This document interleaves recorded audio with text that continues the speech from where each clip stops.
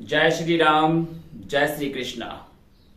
मित्रों, मेरे सभी सनातन धर्मावलंबियों, सनातन प्रेमियों, आज मैं एक नास्तिकवाद विचारधारा के व्यक्ति के अनर्गल प्रलाप से व्यथित होकर के आपके समक्ष उपस्थित हूं। एक बार बोलिए मेरे साथ, आर्यवर्त हिंदू राष्ट्र गौ माता की जय। हिंदू राष्ट्र गौ माता की जय। हमारा संकल्प है हिंदू राष्ट्र और गौ माता का संरक्षण। आइए अपने विषय पर आते हैं। एक नास्तिकवादी विचारधारा के व्यक्ति हैं और पूरे देश में उन्हें लोग जानते हैं। दिल्ली स्थित आईएएस कोचिंग संस्थान के मालिक, दृष्टि आईएएस के संचालक मिस्टर विकास दिव्यकीर्ति जी। जी हाँ, नास्तिक होना कोई बुरी बात नहीं है, लेकिन नास्तिकता की आड़ में दूसरे धर्म को या किसी वर्ग विशेष को नीचा दिखाना यह गलत है।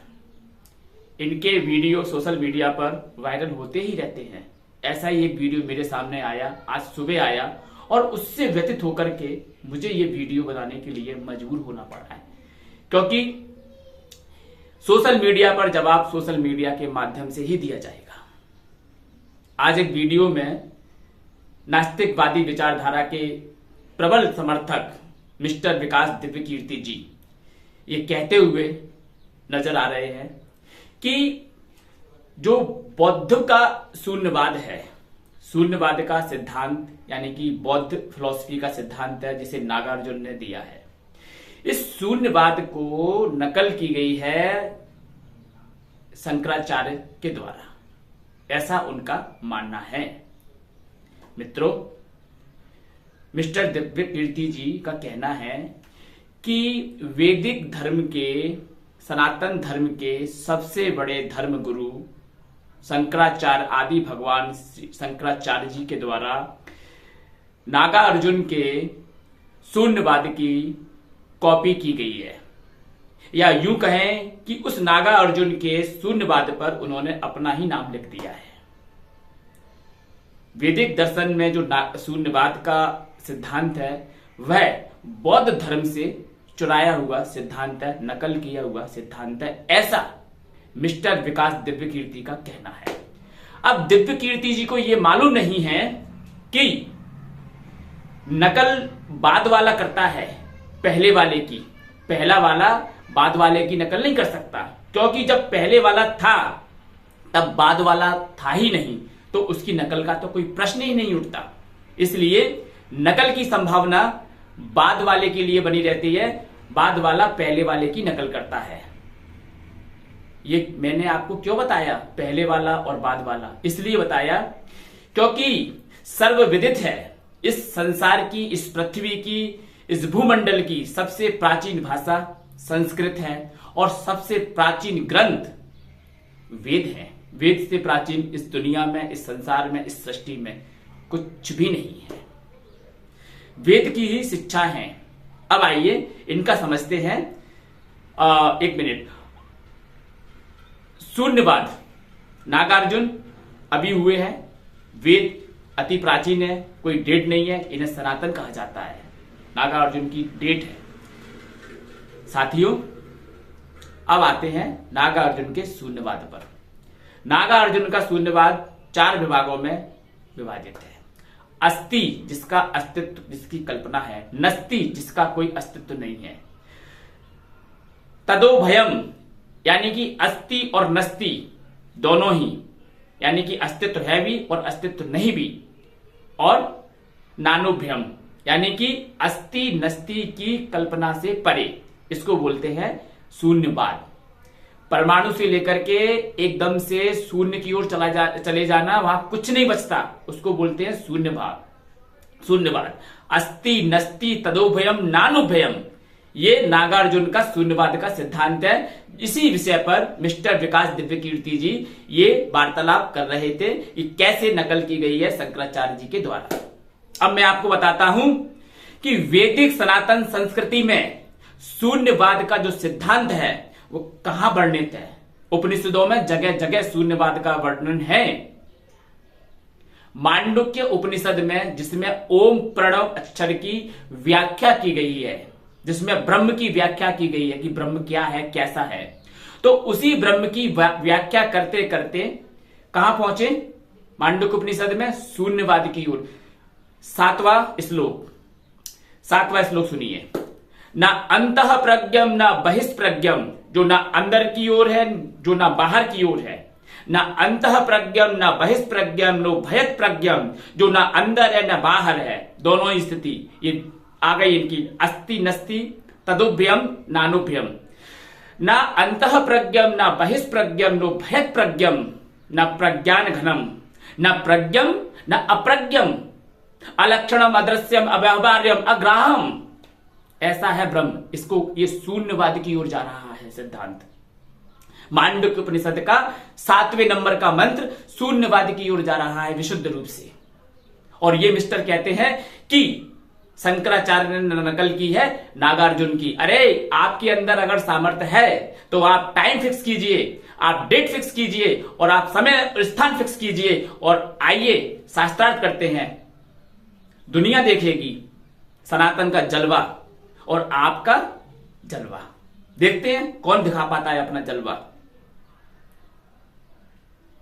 सर, आप एक कोचिंग इंस्टीट्यूट के मालिक हैं, संचालक हैं, तो इसका मतलब यह नहीं है कि आप उस कोचिंग इंस्टीट्यूट की आड़ में, आप उस क्लास की आड़ में वैदिक सनातन संस्कृति पर आक्षेप लगाएंगे।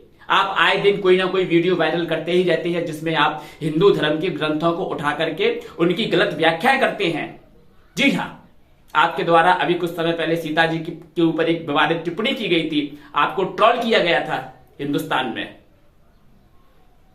आपने एक पुस्तक उठाई रामायण कहीं से और उसका जो हिंदी भाष्य है वो जनता को पढ़वा दिया। देखो इसमें ये लिखा है, मिस्टर दिव्य कीर्ति जी, हिंदी भाष्य मान्य नहीं होते। हिंदी भाष्य प्रत्येक भाष्यकार का अपना एक विचार होता है। गीता प्रेस गोरखपुर से गीता न जाने कितनी गीताएं छपती हैं, हर एक भाष्यकार की अपनी अपनी गीता छपती है। लेकिन जो श्लोक होता है उस श्लोक का प्रत्येक भाष्यकार अपनी सामर्थ्य और क्षमता के अनुसार उसका व्याख्यान करता है। और आपने उसी भाष्यकार की व्याख्या को केंद्र में रख करके हिंदू धर्म के जनमानस की भावनाओं को आहत करने की कोशिश की, लेकिन आप कर नहीं पाए। आपको करारा जवाब दिया गया सनातन धर्म के वेदांतियों के द्वारा। ऐसे ही मैं आज आपको यह जवाब दे रहा हूं और आपको चैलेंज कर रहा हूं। आप में सामर्थ्य है तो आप आइए और यह सिद्ध कीजिए कि आपने जो कहा है वो सत्य है। मैं कहता हूं आपने जो कहा है वो गलत है, मिथ्या है। नकल वेदांत ने नहीं की, नकल शंकराचार्य ने नहीं की, नकल की तो बौद्धिज्म ने नकल की है। बौद्धिज्म के जितने भी सिद्धांत हैं, चाहे वह क्षणिकवाद का सिद्धांत हो, चाहे वह प्रतीत समुत्पाद का सिद्धांत हो, चाहे वह अष्टांगिक मार्ग का सिद्धांत हो, सारे सिद्धांत वेदों में पहले से ही निहित हैं। मिस्टर विकास दिव्य कीर्ति जी, आप क्या ज्ञान देंगे हिंदू सनातन संस्कृति को? वेदांतियों को आप क्या टारगेट करेंगे? आप स्वयं टारगेट हो जाएंगे।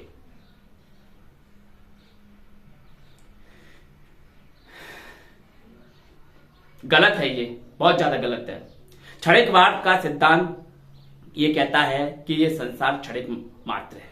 भैया वेदों में भी तो यही कहा है, क्षणभंगुर है ये संसार। क्षणभंगुर कह के इसको संबोधित किया गया है। ये संसार नित्य नहीं है, ये संसार अनित्य है। इसे अनित्य कह करके संबोधित किया गया है संसार को।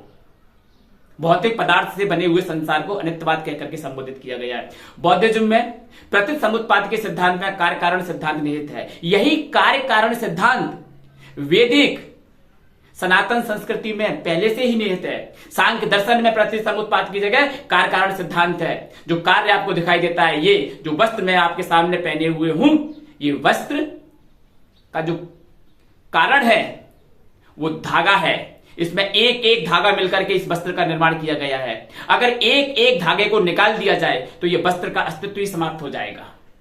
इसी को कहते हैं कार्य कारण सिद्धांत, जिसको आपने प्रतीत समुत्पाद के नाम से बौद्धिज्म में वर्णित किया हुआ है। ये सारी शिक्षाएं वेद में पहले से निहित हैं, सांख्य दर्शन में हैं, आस्तिक सभी 6 आस्तिक दर्शनों में ये शिक्षाएं हैं। बुद्धिज्म परिवर्तनशीलता, क्रियाशीलता और परिवर्तनशीलता को ही इस जगत का सत्य आधार मानता है। वह अपरिवर्तनशीलता को सत्य नहीं मानता। यही है ना आपका बुद्धिज्म। तो सुनिए जरा, इसका भी उत्तर देते हैं आपको। ब्रह्म अपरिवर्तनशील है, ब्रह्म क्रियाशील नहीं है, क्योंकि जो वस्तु, जो विषय नित्य होता है वह अपरिवर्तनीय होता है। परिवर्तनशीलता पदार्थ का गुणधर्म है, जो पदार्थ ही नहीं है उसमें परिवर्तन कैसा। ब्रह्म सर्वव्यापक है, सर्वनियंता है, सर्वशक्तिशाली है। इसलिए हमारे यहां कहा गया है कि कण कण में भगवान विद्यमान है। कण कण का मतलब कि ब्रह्म को कहीं जाने की आवश्यकता नहीं है। ब्रह्म के लिए भूतकाल और भविष्यकाल नहीं होता। ब्रह्म के लिए सब कुछ वर्तमान काल होता है, हमेशा वर्तमान काल होता है। ब्रह्म कहीं नहीं जाता। अगर आप एक महासागर में खड़े हैं, चाहे आप किनारे पे खड़े हो, चाहे आप मध्य में खड़े हो, चाहे आप और दूरी पर खड़े हो, और फिर आप कहें कि इस महासागर में जल कहां है, तो भैया महासागर में जल तो सब जगह ही है। तो उस जल को यात्रा करने की आवश्यकता नहीं है अपने अस्तित्व के बखान के लिए। ऐसे ही आपकी क्रियाशीलता का जो सिद्धांत है बुद्धिज्म का, ये यहां पर फिट नहीं होता ब्रह्म की व्याख्या के लिए कि ब्रह्म अपरिवर्तनशील है। लेकिन आपका जो सिद्धांत है वो परिवर्तनशीलता की ओर जाता है, क्रियाशीलता की ओर जाता है। लेकिन बुद्धिस्ट वेदांतियों का ये सिद्धांत परिवर्तनशीलता की ओर नहीं जाता। ऐसे जैसे महासागर में जल सभी जगह व्याप्त है, किनारे पर भी है, मध्य में भी है, चारों दिशाओं में है, ऐसे ही इस पूरी सृष्टि में चाहे वो विजिबल हो चाहे वह इनविजिबल हो, सब जगह ब्रह्म है। आध्यात्मिक जगत में, भौतिक जगत में, सब जगह ब्रह्म है। इसीलिए कहा गया कि कण कण में भगवान है, ब्रह्म है। यही सिद्धांत है। पिछले कई दशकों से, सदियों से इन बौद्धिस्ट विचारधारा के लोगों के द्वारा वेदांतियों को टारगेट किया जा रहा है। और इस वेदांतियों की आड़ में विशेष करके ब्राह्मणों को टारगेट किया जाता है। जी हां, ब्राह्मणों को टारगेट किया जाता है। मित्रों, इतिहास साक्षी है कि इस भूमंडल पर जब से बुद्धिज्म का विकास हुआ है तब से लेके आज तक कभी भी किसी भी संगोष्ठी में, किसी भी सभा में, किसी भी बुद्धिस्ट के द्वारा किसी भी वेदांती को आज तक परास्त नहीं किया गया।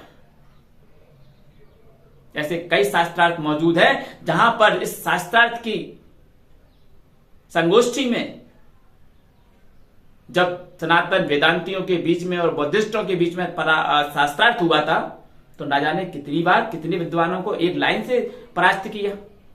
परास्त होना कोई बुरी बात नहीं है, परास्त होना ठीक।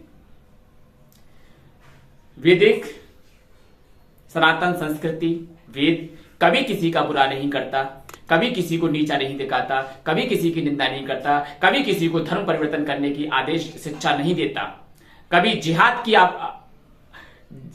की कभी आवश्यकता नहीं होती वेदांतियों सनातन धर्म में।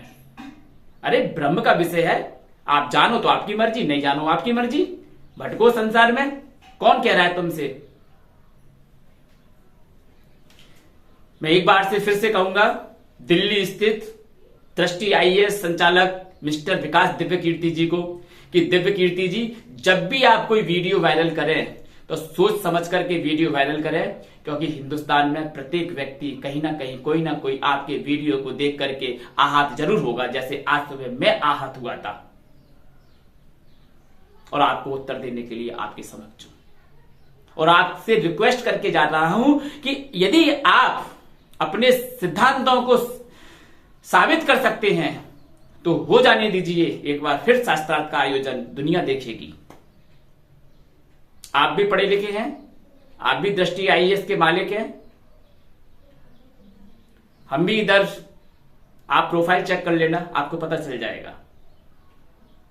अपने मुंह से कभी कोई बखान नहीं करना चाहिए, आप प्रोफाइल चेक करना। मिस्टर दिव्य कीर्ति जी, हाथ जोड़ के विनम्र करबद्ध निवेदन है कि अपने शब्दों पर ध्यान दें, आप अपना काम करें, लोगों को आहत न करें। जय श्री कृष्णा, जय श्री राम।